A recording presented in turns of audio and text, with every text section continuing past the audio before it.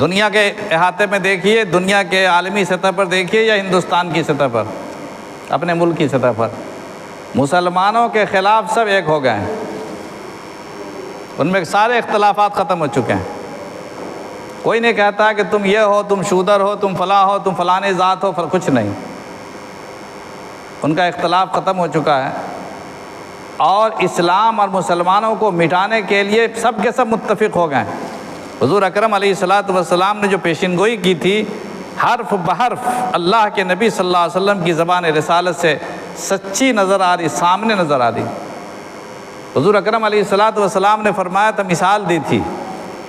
مثال دی تھی کہ تمہاری مثال دسترخوان کے نوالے، دسترخوان کے کھانے کی ہوگی۔ دسترخوان پہ جو کھانا بچھاتے ہیں، دسترخوان بچھا کے کھانا رکھتے ہیں اور مہمانوں کو بلاتے ہیں کہ آئیے صاحب تشریف لائیے، تو ہر مہمان الگ الگ خاندان کا ہے، الگ الگ علاقے کا ہے، الگ الگ برادری کا ہے، الگ الگ گھر کا ہے، لیکن سب کو بلایا جاتا ہے، کھاؤ، کھانے میں سب شریک ہیں۔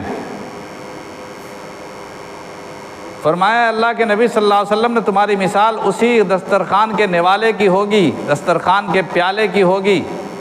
قومیں ایک دوسرے کو بلائیں گی کہ آؤ اس پیالے کو کھا جائیں، ختم کر دیں،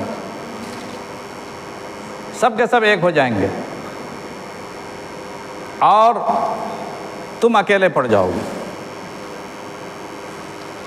صحابہ کرام نے عرض کیا یا رسول اللہ، کیا ہماری تعداد اس زمانے میں کم ہوگی؟ کیا ہم بہت مختصر ہو جائیں گے؟ کہا کہ نہیں، مختصر نہیں، آج سے بہت زیادہ رہو گے، آج کے مقابلے میں تمہاری تعداد بہت زیادہ ہو جائے گی، کثرت بہت زیادہ ہوگی، لیکن تمہارا ویلو نہیں ہوگا، تمہاری حیثیت نہیں ہوگی، تمہاری کوئی پوچھ نہیں ہوگی، تمہارا کوئی وزن نہیں ہوگا، تمہاری مثال سیلاب میں بہنے والے جھاگ کی ہوگی۔ جھاگ بہتا چلا جاتا ہے، جدھر موج ہے، جدھر بہاؤ ہے، وہاں جھاگ بہتی چلی جاتی۔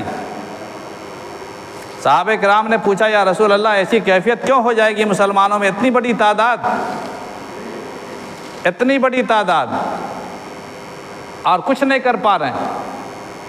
ہندوستان میں 20-25 کروڑ مسلمان کچھ نہیں کر پا رہے ہیں، اور جو مخالفین ہیں وہ سب نہیں ہیں،